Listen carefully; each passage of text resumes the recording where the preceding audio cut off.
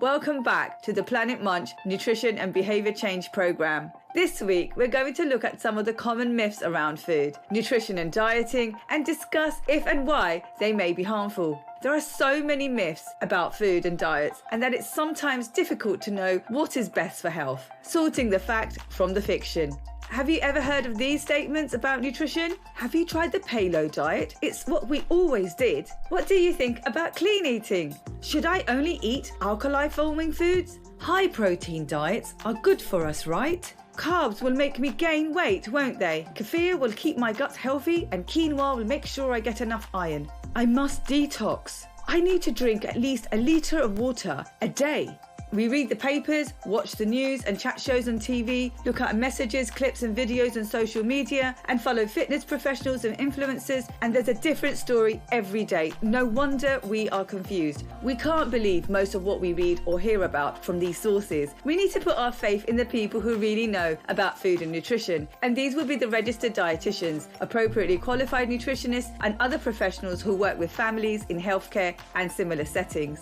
So who has been on a diet? Any that were particularly strict? What were they and how successful were you? Now let's look at the diet slogan of drop 2 dress sizes in a week. Let's look at this image. How realistic do you think this is? We all know this does not happen in real life. This is a lot more than just dropping 2 dress sizes. Rapid weight loss is very unlikely to be lasting. This is because when we starve ourselves to lose weight quickly, we lose not only fat, but essential muscle. Therefore, the body fights back to survive and is forced to use protein from our muscle stores to keep us going. The body doesn't differentiate between dieting or restrictive eating or starvation. It's all the same. Our hormones gear up to make us eat more when food becomes available, and this is often called the yo-yo effect or yo-yo dieting, where weight gain occurs readily after prolonged fasting or starvation. The side effect of the so-called crash diet is that it actually makes the body gain weight more easily every time we go back onto our normal diet and revert back to our usual lifestyle. Therefore, this would not be recommended by any professional who genuinely cares about your health. So just to remind us, 95% of these crash diets do not work in the long term. So why don't crash diets work? So when you start a crash diet for a few weeks, they are usually very restrictive. You will be eating very limited food or a select amount of food, only eating food during a particular time of the day, or not eating food at all and only having water. During this time, you're bound to feel really hungry. Due to this limited food intake, you are likely to miss out on important vitamins and minerals.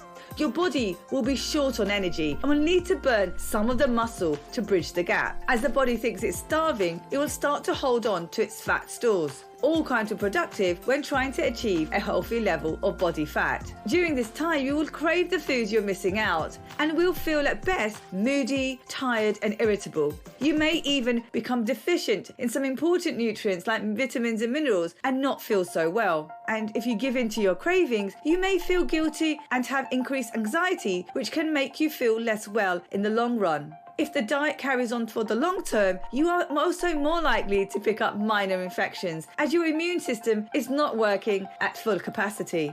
Crash dieting also works against you in the long term. Studies have shown that weight goes back on rapidly after a crash diet, and often more weight overall is gained.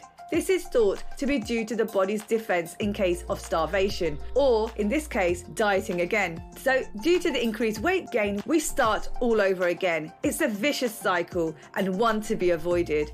Top tips to avoid bad diet advice. So the diets to stay away from are those that promise a quick fix, recommend that foods burn fat or are fat burning or melts fat, tell you to cut out a food group or eat from one group, such as fruit and vegetables only, promises you will lose weight easily, or recommends eating foods only in a certain combination, such as yin-yang or macrobiotic. And be wary of scientific jargon, as it can be misleading. Therefore, a balanced diet is all that is needed. To lose weight, we need to shift the energy balance, as we discussed last week. Stay away from any diet which is only about appearance and doesn't mention health benefits, as they often involve expensive, unproven therapies such as kinesiology, iridology, hair analysis, tongue reading, colonic irrigation, and magnetic therapy, amongst others. Food myths. There are many myths about food, and so today we're going to look at the most common ones. Will bananas make me gain weight? The answer is no. The belief that bananas will make you gain excess weight is a common myth. They are a healthy food, low in fat, a good source of vitamins and minerals, and high in fiber. In fact, they make a perfect snack. As with any food, eating bananas to an excess may lead to weight gain, but they are fine as part of a healthy, balanced diet when eating in their recommended number and portion size for age. If I have high cholesterol, should I avoid eggs and shellfish? The answer is no. Over the years, there has been much said about cholesterol in the diet and how that can be bad for the heart and blood vessels. There is a link between cholesterol in the diet and the level in our blood, but it is the effect of saturated fats in the diet that causes the cholesterol to go up, and that's what we should be focusing on. Therefore, following this simple advice can help to keep cholesterol at a healthy level or may help to reduce it. Cutting down on saturated fats, usually solid fats and mainly found in processed foods, rather than foods high in cholesterol, will help cholesterol levels in the body, such as swapping animal fats for vegetable fats wherever you can by choosing lean cuts of meat and using vegetable oils in cooking.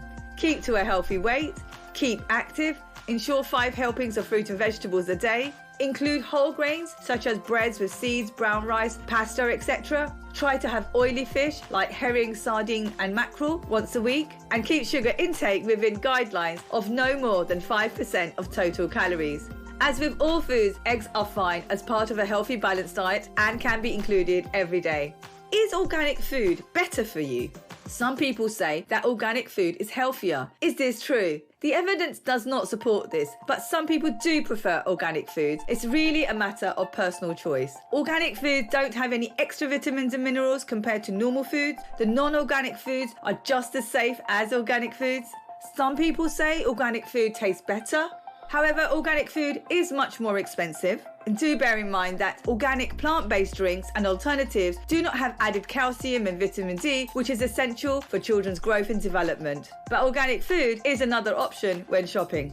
Should I detox? The concept of detox is to purge harmful toxins from our body, often as a result from indulgent eating and drinking, such as after the Christmas holiday period. Detoxing often involves starving yourself or restricting yourself to only eating fruit and vegetables and cutting out large food groups such as dairy and wheat. Therefore, detoxing is a myth, as our bodies are fully efficient and are constantly removing toxins every day without help from any special diets.